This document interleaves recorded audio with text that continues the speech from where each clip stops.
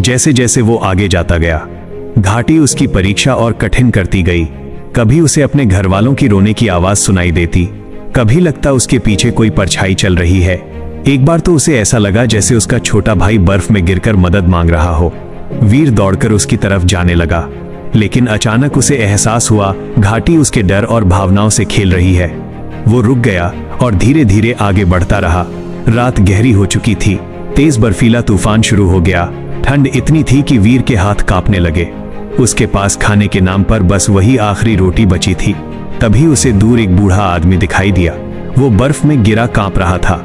उसके कपड़े फटे हुए थे और चेहरा बिल्कुल कमजोर। बूढ़े ने कांपती आवाज में कहा, 3 दिन से भूखा हूं, अगर कुछ खाने को नहीं मिला तो मैं मर जाऊंगा। वीर कुछ पल चुप रहा। उसने अपनी आखिरी रोटी की तरफ देखा, फिर बूढ़े की हालत देखी। अगर वो रोटी दे देता तो खुद भूखा रह जाता और शायद सुबह तक जिंदा भी न बचता। लेकिन अगले ही पल उसने बिना कुछ सोचे रोटी बूढ़े को दे दी। बूढ़े ने धीरे धीरे वो रोटी खाई और तभी पूरी घाटी जोर से कांपने लगी। बर्फीली हवाएं अचानक शांत हो गईं। चारों तरफ नीली रोशनी फैलने लगी। वीर डर कर पीछे हट गया। तभी बूढ़ा आदमी धीरे धीरे हवा में उठने लगा। उसका शरीर चमकने लगा और कुछ ही पल में वो एक विशाल प्रकाशमयी आत्मा बन गया। उसकी आवाज पूरी घाटी में गूंज उठी। सदियों से लोग यहां दौलत लेने आए, लेकिन पहली बार कोई इंसान अपनी आखिरी चीज किसी और को देकर गया है।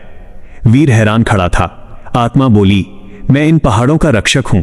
मैंने इंसानों के दिल देखे हैं। लालच ने हमेशा उन्हें अंधा बनाया, लेकिन तुम्हारे अंदर दया अभी भी जिंदा है। फिर आत्मा ने अपना हाथ आसमान की तरफ उठाया। अचानक जमी हुई नदियां पिघलने लगीं। सूखे पेड़ों पर फिर से पत्ते आने लगे। दूर पहाड़ों से पानी बहने की आवाज आने लगी। आत्मा मुस्कुराई और बोली, तुम खाली हाथ नहीं लौटोगे, तुम अपने कबीले के लिए नई जिंदगी लेकर जाओगे। अगली सुबह वीर वापस गांव पहुंचा। उसके हाथ सच में खाली थे। लोग हंसने लगे, ये तो कुछ भी लेकर नहीं आया। लेकिन तभी गांव के सूखे कुओं से पानी बाहर आने लगा। बर्फ पिघलने लगी। सूखी जमीन पर घास उगने लगी। पूरा कबीला हैरान रह गया। बुजुर्गों की आंखों में आंसू आ गए। मुखिया धीरे से बोला, आज हमें समझ आया, कबीले को ताकत या सोना नहीं बचाता, एक अच्छा दिल बचाता है। वीर ने आसमान की तरफ देखा। पहाड़ों के ऊपर सूरज की पहली किरण चमक रही थी और कई सालों बाद निशांत कबीला में फिर से खुशियां लौट आई थीं। मॉरल ऑफ द स्टोरी, जिस इंसान के दिल में दया और सच्चाई होती है, कुदरत भी एक दिन उसके लिए रास्ते खोल देती है।